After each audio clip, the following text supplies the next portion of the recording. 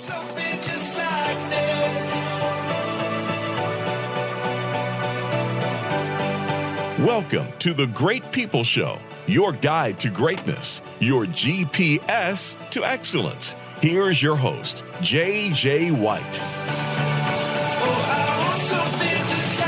Good morning, everyone, and welcome to the Great People Show. I'm your host, J.J. White, and in the studio, the Great People Studio with us, not back, but here for good, James Munsey. Good morning. How you doing, man? I'm well. How are you today? I'm confident. I feel great about myself. You're always I'm confident. I'm in charge. Yeah? I did the little Facebook name test this morning, and it said that my official job title should just be boss. Well, there you go. I don't know what. I didn't get FBI agent. Everyone else had FBI agent. I got boss. I haven't taken the test. Yeah, well. Take the test, man. See what you're destined for in life. So, well, whether you're listening to us on live radio at 97.7 FM in Richmond, Facebook Live at facebook.com/Great People Show, or on Apple Podcast, hit subscribe when you get there. Thank you for being here and allowing us to be a part of your journey to the greatest version of you. And I'm pretty confident this is going to be a great show. Me as well. I mean, I feel really good about it. James, what area do you feel that you are most confident in? You know, like you, I'm a pretty confident person. Okay. You know, I'm pretty confident in my career, in my family, my parenting abilities. You know, if you had to narrow it down to, let's say, a skill or an ability, what would you say that you're most confident in is an ability? Speaking, probably. Talking? Yeah, speaking to people. Yeah, just getting on stage, Getting on stage, anywhere. Yeah, I mean, delivering public speaking. You know, that makes me think of this week, Zuck was at Congress speaking. How do you think he did? Kind of speaking. I thought he did exactly as he was coached to do. Yeah. I think they spent hours upon days upon weeks. I don't even know how long he had to prepare. I don't know when he was called. But if you get down into the core coaching of someone that's supposed to be testifying in front of Congress and be confident in how they're presenting themselves and what they're saying, and probably just as important, what they shouldn't say, I think he nailed it. And this is an interesting study because if you watch him speak in a general sense at conferences or wherever you've seen him on a video, he actually doesn't really come across as a confident guy. He comes across as a really smart guy. Almost too smart to be confident. Yes, he comes across as very smart, but I was thinking about this before the show and a little bit yesterday. Mm-hmm. Zuckerberg often, especially in his earlier years, also would come across as really arrogant. And it got me to thinking about, where is that line between confidence, that's a good question, and arrogance, and how we come across to other people? Because it's great to come across as a confident person. Coming across as an arrogant person, not so much most of the time. Yeah. What we're going to talk about on today's show is that fine line between arrogance and insecurity. Mm-hmm. Mm-hmm. I did a lot of research on this word. I've done research on this word for 20 years. You know, in my practice and being in Carnegie, confidence is the structure in which everything that I do happens around. Mm-hmm. And it's very difficult to do it with people that feel confident already. I mean, they'll say, well, this just happened to me like last week. I was sitting down with someone on in the beginning of a coaching journey with two people back to back, and they both said, you know, I feel pretty good about all this stuff. So then there's the truth, which, no, I shouldn't say that. I'm sure they were being very honest. Mm-hmm. I don't know whether they were being honest with themselves, but they were absolutely being honest in that they felt really good at all these things. And there's a lot of danger in that, because what if you're not? Maybe you have very little confidence in these areas. So today I'm going to flip the script on confidence.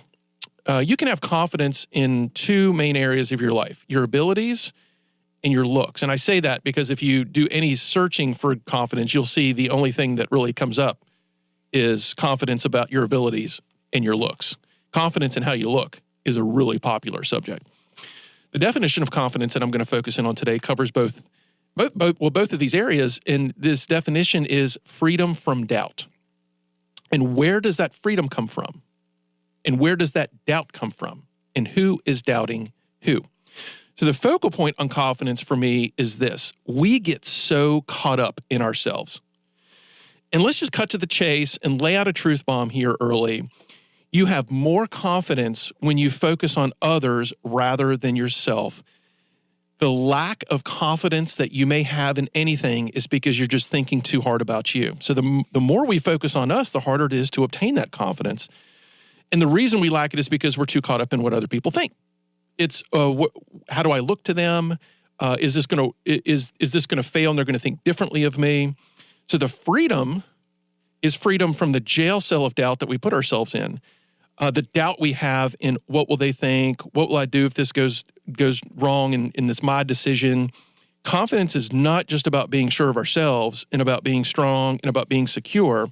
It's not about believing in oneself or one's ability to succeed as much as just realizing confidence is not about you, but lack of confidence is all about you. So let me say that again. Confidence is not about you, but lack of confidence is all about you. To have pure and true confidence, it's only when you're 100% focused on something other than you and what people think of you, and you totally lose yourself. This is completely counterintuitive to what the world tells you is confidence. Not enough confidence, it's because you're too focused on yourself. Too much confidence, it's because you're too focused on yourself. Most of the things that we think give us confidence really gives us a false sense of security in the moment. It's not sustainable. It's fake. It's not real. Real confidence comes from a complete lack of focus on self. If you lack confidence, encounter situations where you're unsure about yourself, it's because you're too focused on you. I don't think I can say that enough here this morning. Period. I believe society has confidence all wrong. Millions are spent on books, classes, coaches to give us confidence. It's as if it's something that we can go and take from somewhere else. And it's something that we're seeking for us. That's totally wrong. Isn't real confidence letting go of everything? I love this quote from Christina Grimmie, who I didn't even know she was until I did some research on her. She was actually on The Voice and then was murdered after a show.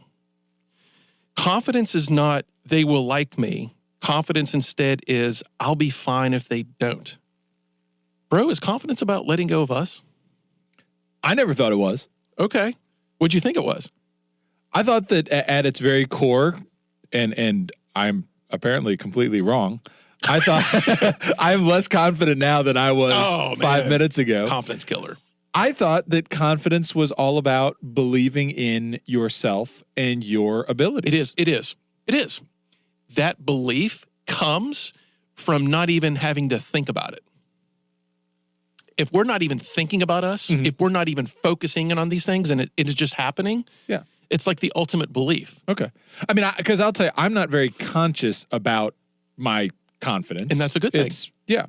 And when we come back, I know we're going to talk about this a lot more. We need to talk. So that's part of the conversation. If we're too conscious about our confidence, we're probably losing confidence along the way because that's where the doubt creeps in. Okay. Because that's where I believe that's the way our brain is wired. Is if we start to focus in on something, our brain will find what's going to go wrong. It's the protection mechanism that we have. It's the doubt that settles in. Doubt is natural. Doubt is wired into our humanity. And it's just one of these things that we have to fight continuously if we need to. What if that doubt is legitimate, though? Ugh. Yeah, how do we distinguish? We got a lot to cover. Okay, next show topic is right. How is doubt? Okay, got it. All right, so don't go away, folks. We're talking about confidence. You're listening to The Great People Show. The Great People Show will be right back. Before the book, How to Win Friends and Influence People was the Dale Carnegie course. Now, after 104 years, over 8 million people experience Dale Carnegie courses. People like Warren Buffett and Ronald Reagan. The Dale Carnegie experience uses proven techniques to permanently unlock the potential of top talent, making individuals into inspiring leaders and groups into high-performing teams, while reducing the financial and emotional costs of employee turnover. For more information, visit DaleCarnegieRichmond.com. That's DaleCarnegieRichmond.com.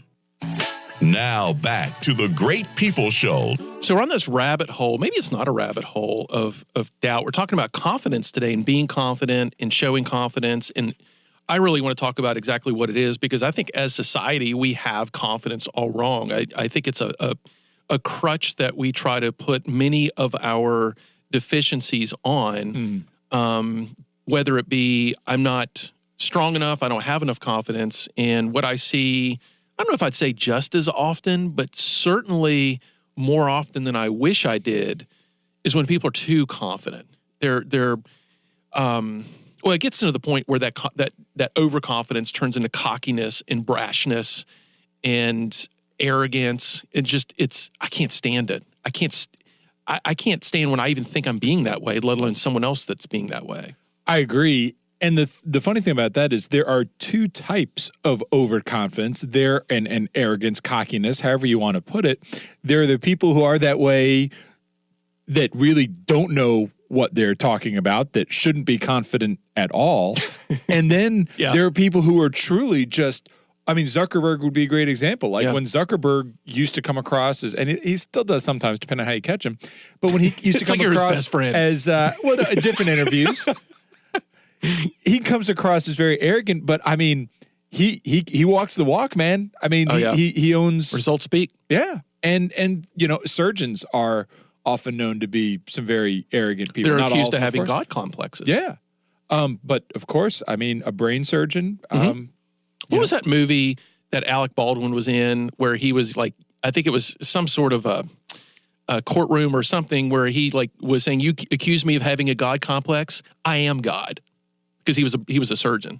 Oh, really? You didn't see that movie? Oh, No, it's I a good didn't. movie. Not so good that I remember the title of it, but it was still a really good movie. Yeah. Certainly there are situations we get in our life, like owning a multi-billion-dollar tech company, or dare we say having the hands of God. Yeah. Right? Yeah. Of being able to save people's lives.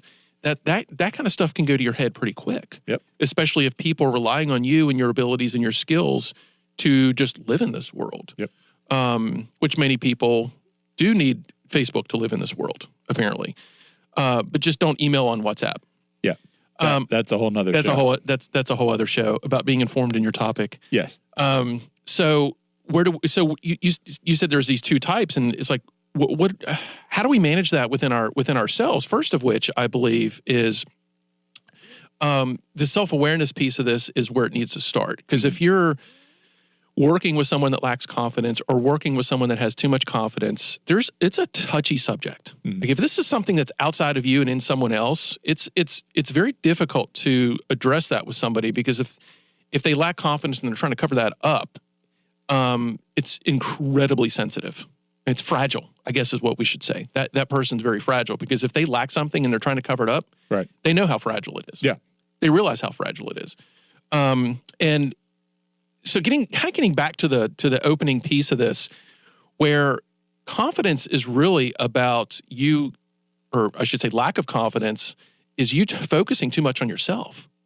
And if you have to work really hard to make sure that you feel good about something, then you're probably already 10 steps behind where you need to be with this mentally, psychologically. I'm like you.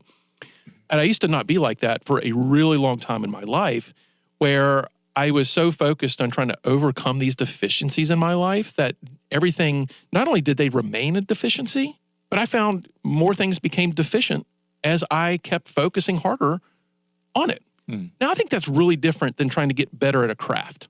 If you're, let's say, James, you mentioned earlier that speaking is something you feel very confident about. Well, what if you're in our audience right now and you're trying to become a better speaker? If you are taking an honest assessment of your current abilities, whether it be listening to yourself on audio or watching yourself on video, or asking people that are going to be honest with you, what do you think of me? Then you have to be ready for that kind of feedback, and you have to not take it so personal that you're going to say, see, I knew I wasn't going to be good at this. I think that's where people get into a pit of despair when it comes to their confidence. Yeah, and it's funny you say that, because generally people who have less confidence are the people who do not take feedback very well. Feedback, criticism is sort of the negative word for feedback, but I mean, feedback to me is the number one way in which we grow and get better in what we do. And Are you talking about feedback from other people? I'm talking about feedback from other people. Okay. And I think, and again, this is a whole nother show as well.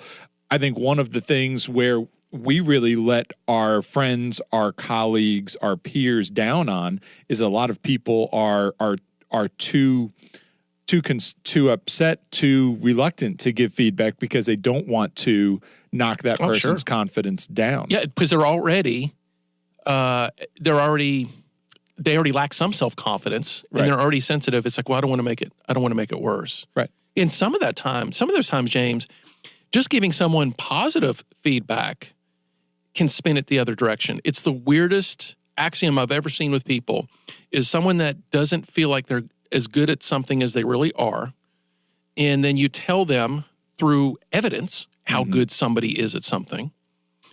And then not only do they refute that, but it actually makes them somewhat angry or upset or I really don't understand that. I'm sure there's some psychology behind that on why people act that way. But I think that person they are so focused on themselves that they cannot believe that they even have the capabilities of being better. I don't want to talk today about the folks that are really trying to be better at something and they're working hard, like an athlete, right? You know, if you're an aspiring track star in high school and you're trying to get better at running, trying to get faster, well, you're obviously already really good at it. And if you're practicing and practicing and practicing, and you have this belief that you're going to get better, sometimes that can be, I think, portrayed as lack of confidence, because if you're saying, well, I'm not good enough, or I'm not fast enough, or I'm not able to place high enough, that can come across very easily as lack of confidence. I see that person as just driven to achieve something. And how do we distinguish those two within us, whether it's something that I'm so driven to achieve a goal and this lack of performance is driving me to be better? Or am I letting it actually be the false upper limit that I've placed upon myself because I've already decided I can't be that fast or I can't be that good? Well, gosh, I mean, and we're coming up with all sorts of topics this morning. I mean, the self-limiting beliefs are huge. And if you believe in a self-limiting belief, guess what? It's true. Yeah. Oh, it's self-created too, obviously. I mean, I can't believe I just said that, but it is a self-limiting belief is completely fabricated inside of your own head. And I don't care. I really don't care if someone daily has told you that you're bad at something. If you have put that self-limiting belief on you, you still put it on yourself. Yeah. Even if people around you are telling you that. Yeah. The thing about self-limiting beliefs is they're usually right. They are. 100%. And by the way, Mark on Facebook Live just said it's Malice was the name of that movie with Alec Baldwin. I've not seen it. Oh, you should watch that movie. That's an oldie but a goodie. Huh.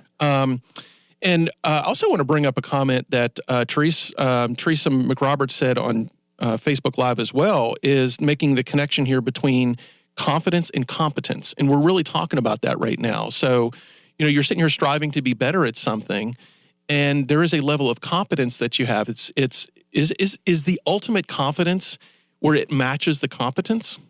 It should be, but there are still people who are very competent who are not confident in their abilities. They're trying to bring that up. And so I believe, and you tell me if you think this is right, I believe that people who generally have a low self-esteem are going to be the people who have the most difficulty with confidence. Mm-hmm.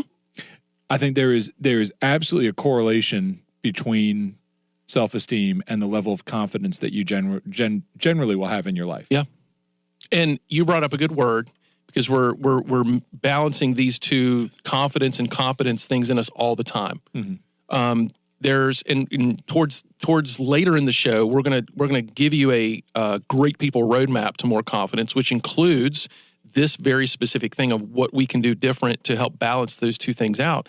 And I think it's important to talk about the labels that this whole thing is wrapped up in, because we are inundated on a regular basis, whether it be at work, in the media, not as much confidence. You just don't hear that word as much as you do about self-esteem. Mm-hmm. There's an industry wrapped around self-esteem. You've got self-assurance. You've got self-belief. You've got self-love.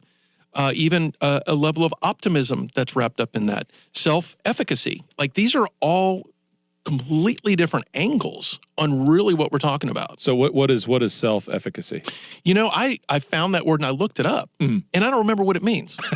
So if our audience knows what self-efficacy means, please call us or Facebook Live. I've got this little device in my hand. You should Google it for me. I can usually. It's funny. So I'm reading an article. I'm just going to be very transparent here. I'm reading an article 2 days ago on confidence, and it brings up the self-efficacy, and it was brilliant. I was like, what is self-efficacy? So I look it up, and I'm like, oh, this is great. So I put it into the show notes, and then I'm getting old, James. My brain is I'm getting Alzheimer's here, man. I don't remember what I did 2 days ago. Sorry. I'm not even sure who you are. And the big one here, the big one in this whole list of other types of confidence, whatever you want to call it, is self-esteem. Right. And how we truly feel about ourselves. And it's value-based. So self-esteem is value-based. Self-confidence is usually ability-based. And what's maybe just as discouraging for me is how much confidence is wrapped up into our looks. Yeah. I would love to talk to somebody about, I think this is a debate on if you are doing things to make you look good and then they allow you to feel good, isn't that okay? I'm going to take the stance that it could be very fake confidence. If you're relying on your looks to make you feel good about yourself, but there's how many billions of dollars are wrapped up in the industry? Oh, of making you look better. Because society tells us Holy that moly. Yeah. Well, before we go to break, Okay. self-efficacy is defined as a personal judgment of how well one can execute courses of action required to deal with prospective situations. Expectations of self-efficacy determine whether an individual will be able to exhibit coping behavior and how long effort will be sustained in the face of obstacles. Interesting. Well, that's a lot of confidence, isn't it? So, yeah, but I want to come back to this looks thing as well. Oh, we need to talk about it. Come on back, folks. The Great People Show will be right back. Now back to the Great People Show. I said at the top of the show, you can have confidence in two main areas of your life, your abilities and your looks. And we're jumping into the looks piece of it. I read a book about 12 years ago. I don't know if you've read this book or not, called Psycho-Cybernetics. I have not. Maxwell Maltz is the author. It is one of the best books that I've ever read. I think it was written sometime in the 60s, if I'm not mistaken. And Maxwell's story is that he was a plastic surgeon. Now, keep in mind, I don't know what plastic surgery looked like in the 60s. I can only imagine. I don't want to. So he was so frustrated that 90+% of the customers that were coming to him for plastic surgery were wanting to change something about themselves so they would feel better about themselves. So he wrote a book. Now, Psycho-Cybernetics, it's probably not what you think it is. It's not like another religion. Psycho-Cybernetics, psycho means mental.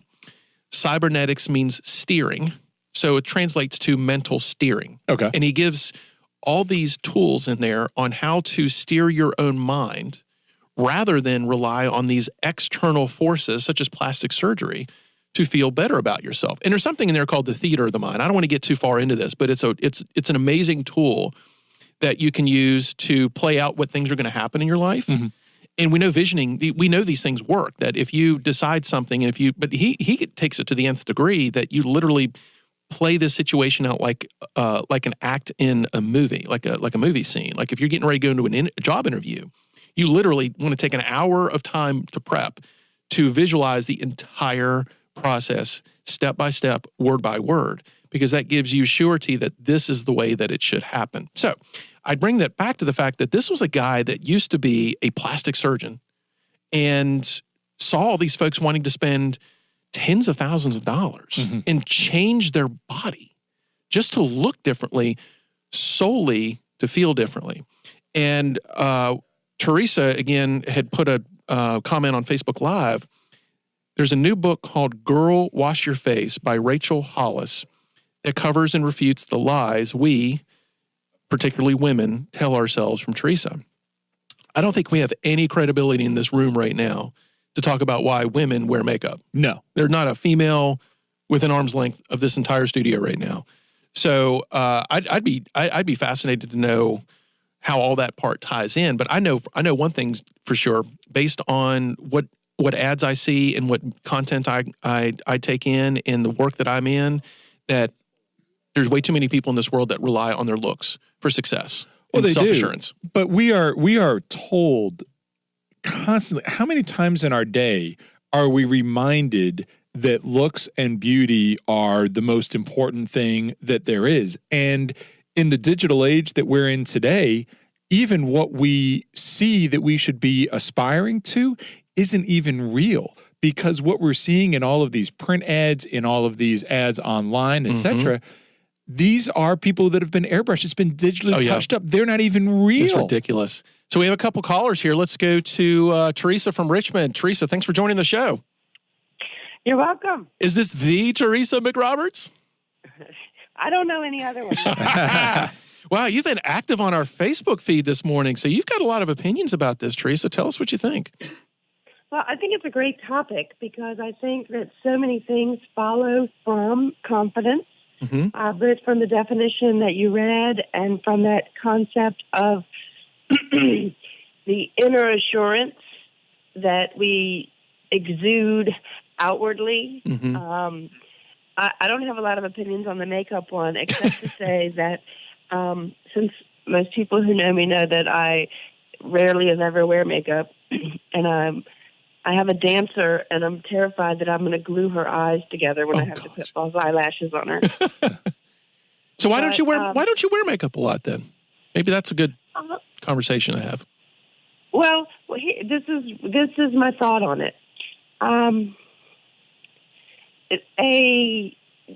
Somehow age figures into it. Okay, so we're an ageist society.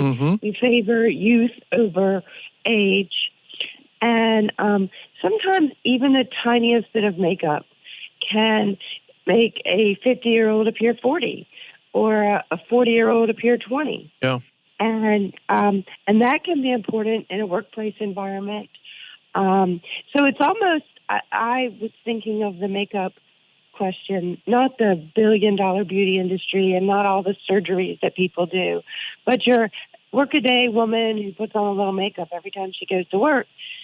It's like having a ticket to an event.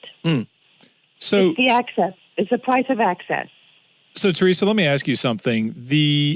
And I am by no means, gosh, we will get endless emails. I'm by no means saying this is true of everybody who wears a lot of makeup or anything like that, but I've known Teresa for many years. Teresa is definitely one of the most confident people who I know, and she's here talking about how she does not wear very much makeup.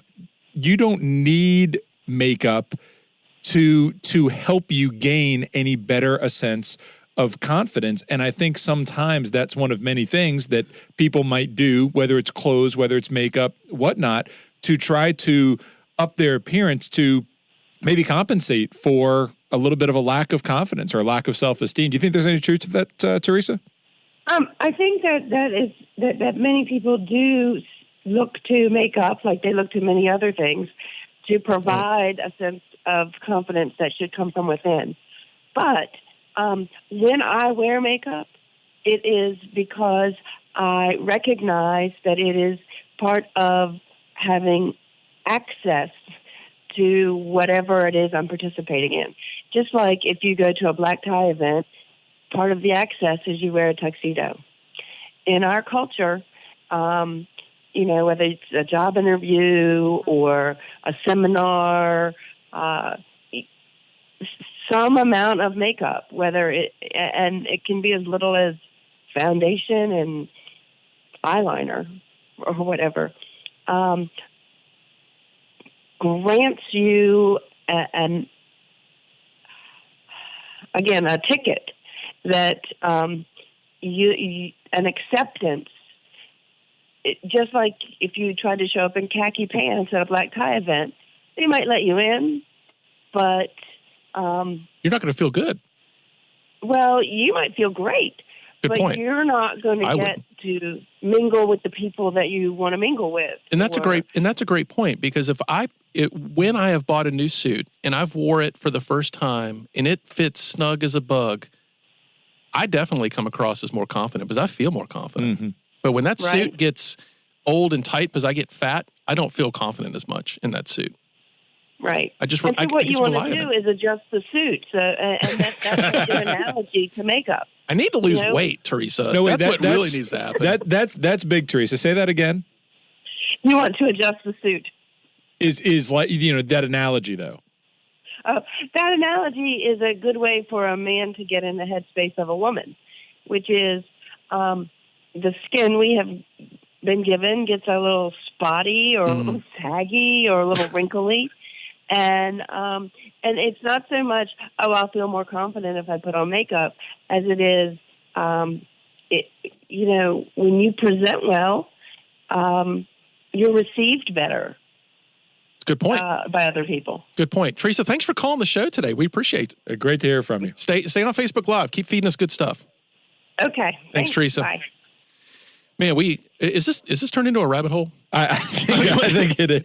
I didn't plan on talking this much today about how the looks affect our confidence, but it's clearly a hot topic. It is. When we come back from break, we actually have some more callers to take, and we want to lay out the Great People Roadmap for you on how to build true confidence. So don't go away, folks. You're listening to The Great People Show. The Great People Show will be right back. Before the book, How to Win Friends and Influence People was the Dale Carnegie course. Now, after 104 years, over 8 million people experience Dale Carnegie courses. People like Warren Buffett and Ronald Reagan. The Dale Carnegie experience uses proven techniques to permanently unlock the potential of top talent, making individuals into inspiring leaders and groups into high-performing teams, while reducing the financial and emotional costs of employee turnover. For more information, visit DaleCarnegieRichmond.com. That's DaleCarnegieRichmond.com. Now back to the Great People Show. So today we're talking about what real confidence is, and we have another caller on the line, Jane. Jane, welcome to the show. Hi, thank you for letting me Yeah. come on and talk to you. Tell us about it. I listen to this show on the way to work every morning, on Thursday morning. Yeah. And I really, really want a podcast of this show for my 17-year-old daughter. Oh, yeah. I think you guys need to take your message on the road, and especially young women need to hear everything that you've said today. Why is that? Especially what you said. Well, what you said about confidence, that kids or anyone can really be so focused on themselves that they can't see the person that they're speaking with. And the more that we focus on helping others and really communicating with others, not with our appearance and with how we're being conveyed, the more confidence that we'll have. And I feel like that message is so important. And when you were talking with Teresa about the makeup, I think she's right. Makeup definitely makes women feel more confident. As I've gotten older, I'm a sandwicher. I have a mother with Alzheimer's, and I have a teenager, and I work full-time in the family business. So I just don't have time for it. But what has really given me confidence lately is taking classes. Even though I don't have time to go to school, I have a master's degree, I've started taking classes online.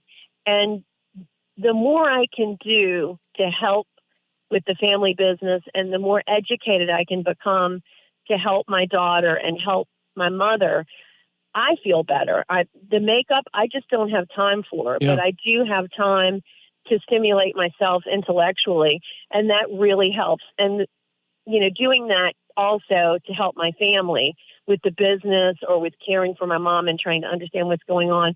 That extra thing that I do for myself internally helps me to help my family, and that makes me feel better. And I think that is a real life. You have just totally defined what we've been saying on the show, is that if you focus on other people almost relentlessly, that it will build, it'll give you this, I think perhaps a sense of confidence and self-assurity that we can't get anywhere else in life. Yep. And I mean, and that's what I hear you, not only do I hear you saying the words, but I feel it coming through the phone on how confident that makes you, that I would guarantee starts to travel into every other part of your life, and you may not even realize where it travels into other parts of your life because of how you're focusing your energy towards other people. Well, thank you. And this show really helps rejuvenate me on Thursdays. And I love the show, and I just hope you can get, your message out. And I would love for you to go and do some seminars in the Chesterfield County high schools with just what you all have talked about today. Thank you so much for the gift of this show every Thursday. I really appreciate it. Jane, you're very welcome. Thank you for listening, and certainly thank you for calling in and being part of the show. We appreciate you. Thanks so much, Jane. Okay. Have a good one. You Bye-bye. too. Bye. Well, I think the show is now over. We should end it right here and go ahead and call it quits and see y'all next Thursday. I don't think I can beat anything that Jane just said. Boy, no, that was a really good summation. Should we have a conversation about how other people can make you feel confident? Yeah.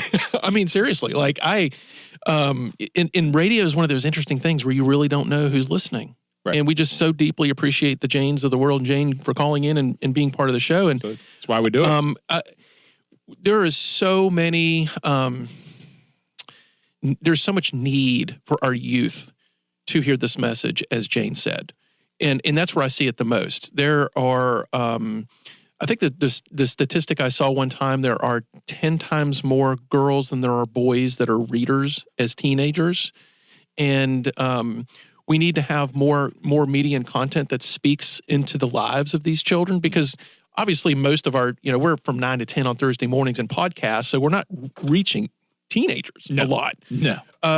As Jane was a teenager's parent. And what are we doing as parents to build the confidence of our youth?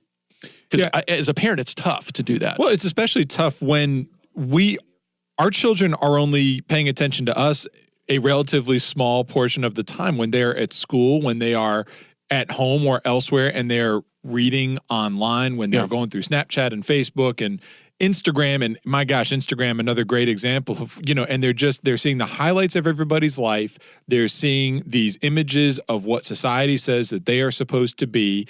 And when they look in the mirror and they don't see that image that is presented to them day in and day out, their confidence gets shot. That happened in our house yesterday morning. Millie is going to be 6 in May. At the soccer field Tuesday night at her brother's soccer game, she tripped over one of the chains and fell flat on her face on the pavement.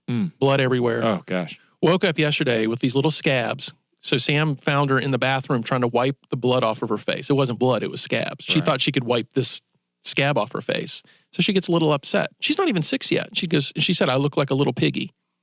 Really? Yeah. I mean, it was alarming to me that she was so concerned about how she looked. Yeah. And it made me realize, as such a tiny little girl, all the YouTube videos that she watches, all the other things that she sees that maybe I don't even notice, have already given her an image that I don't like how I look right now. Well, and guess what? She sees her classmates getting teased and made fun of primarily because of what? Absolutely. What in school, what did people mostly get made fun of?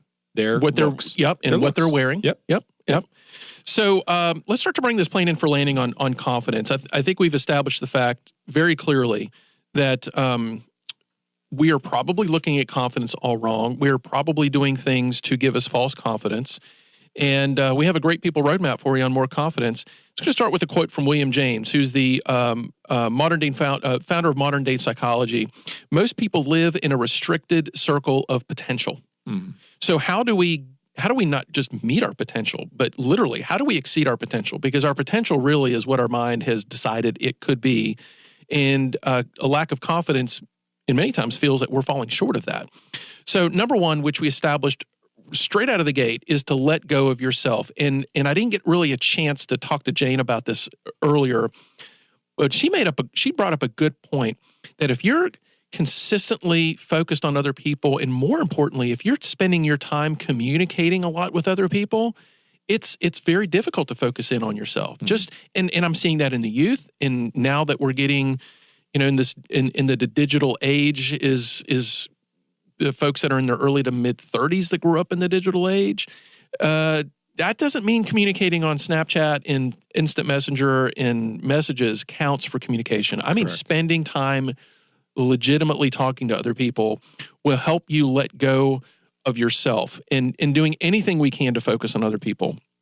So here's 2 points that I want to bring up that are really, really important on this area of confidence. I see this all the time professionally. Is number one, you have to truly understand what you're good at, what your talents and gifts are, and what you're not good at, and come to that realization. Well, you may be asking yourself, well, how do I do that? Well, we've been using assessments for years to truly identify, they're called the sciences of people, what people are strength areas and not as much strength areas. I shouldn't say bad at things. I'm going to speak this afternoon at a local office for a global insurance company. I'm going to be talking to salespeople. I'm going to be talking to salespeople that statistically, and I would guarantee all those folks in the room, they are really good at frequently interacting with other people. They're really good at talking to people. They thrive off of it. They get their energy. They're probably going to suck at organization, and they're probably going to suck at following up and following through with other people. That's just how most people are wired. That's the offset. You can't be perfect at everything. And I believe a problem that we have in society is that we are told we can do anything we want and be anything we want and good at anything we want. And that's just not true. There are things that we are structured to do better than other things. And I don't think most of us know what those are. What? I was told that Captain Confidence over here. I was told I could be anything I wanted to be. That's not true? There's no participation trophies in life, brother. Oh, you're shattering. Sorry. It just won't happen. Yeah. I think you're being sarcastic. Of course I think I am. you're being a little real too on that. But that is what we teach. And I don't want to sit here and make a pessimistic view and tell you that you shouldn't chase your dreams. But I mean, what is the message then, JJ? What is the proper message? What are you going to tell your kids about that? So this goes back to positive reinforcement, right? So is identifying in that person or helping that person identify for themselves. What are you really good at? That is our role as a leader, as a manager, as a parent, as a friend, is you're not short on opportunities to tell somebody you're really, really good at this. This is something that you're really, really good at. This is a strength in you. Unfortunately, we do have relationships where they're telling us what they're good at. And I think it's okay to reinforce that. If you are in a relationship with someone that you feel is too overconfident, then maybe you won't. But I think you need to have a true awareness of what you're good at and what you should steer away from. I see people all the time that go through this assessment process, and they are leaders in an organization, and they have very little competence. And I mean a behavioral competence. This is something that starts to get fairly hardwired into us by our mid-20s. Okay, this isn't something you can just go out and read a book on and take courses on. These are behavior styles that get very set into you. So it's like running upstream with this if you're in your 40s and your 50s and your 60s. Yeah, you can make some adjustments with it. At the end of the day, you have to become so acutely aware of it that you say, I'm just not really that strong in that area. I know that my gas tank, when it comes to interacting with other people, runs out at about 11 a.m. in the morning. So I need to figure out a way to extend that gas tank, or I need to find myself into a profession, career, passion that doesn't extinguish that gas tank so early so that I don't have enough left for who's important in my life. So this is a big, big deal, folks, because if you are trying to do something that you're not necessarily designed to do, you will easily end up with lack of confidence because you keep hitting the brick wall. Then you have to reconcile that with some realistic goals. What do you really want to have from life? And having the right goals. Because I just reposted this on LinkedIn today. So many of our goals are based around money. And if we don't have enough money, then we lose confidence because so-and-so's got a better job making more money. It's the whole keeping up with the Joneses thing. Oh, yeah. And I wish we had more time to talk about that. You're absolutely right. Money is boy, that's a huge one when it comes to confidence. Isn't that a false sense of confidence? Haven't you met people with so much money, it's falling out of their back pocket? Yep. And they believe they've arrived, but they are some of the most immature. I say immature. It's not like they're like silly immature. It's like because they've acquired wealth, they're going to throw the rest of their life away because they have all these other gifts, but they don't want to exercise them because they felt like the money gave them confidence. Yeah. They've achieved. Yep. And I know money's important for the basics and passing on wealth to my children and things like that. But man, I am so unfocused on money these days. I'm getting old. Yeah. Me too. It was Teresa that said that, right? That there's a matter of age when it comes to this confidence. And I think that ties into the looks. I think that ties into the money. I think that ties into most of the things that we hang our hat on when it comes to confidence. Ties into how much we care about what other people think. I've said this before on the show. I'll say it again. When you're in your teens and your 20s, you're worried about what people think about you. Mm-hmm. When you get in your 30s and their 40s, you stop worrying as much what people think about you. When you get to be 50 and above, you realize they were never worried about you to begin with. Mm. Or they were never thinking about you to begin with. So what's there to worry? Stop caring what other people, and specifically people that don't matter, think of you. You should care what your spouse thinks of you. You should care what your children think of you. You should care what your closest friends think of you. I mean, that's a whole other ball of wax, how much you think of it. But there's so much leverage that we put on people on how they think about us, and they really don't matter in our life. Yeah. They really don't matter. I mean, so we can't focus in on that.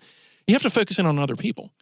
And a big part of that is being honest with yourself, honest with them, direct with yourself, direct with them. Most of the lack of confidence is because you're not being honest with yourself. You're for some reason, you've convinced yourself of something else. And I love what Teresa said earlier is identify in your life what you're granting to give you acceptance. Mm-hmm. I mean, it's like all of our confidence is based on what we're granting exteriorly. Yep. And that is just, it's terrible. Oh, it's awful. It's absolutely terrible. So we hope we've been some value to you today. We want to thank our callers that came in and made us feel more confident. You can always check out our show at on Apple iTunes, Spreaker, Google Play. Of course, go to our website, greatpeopleshow.com.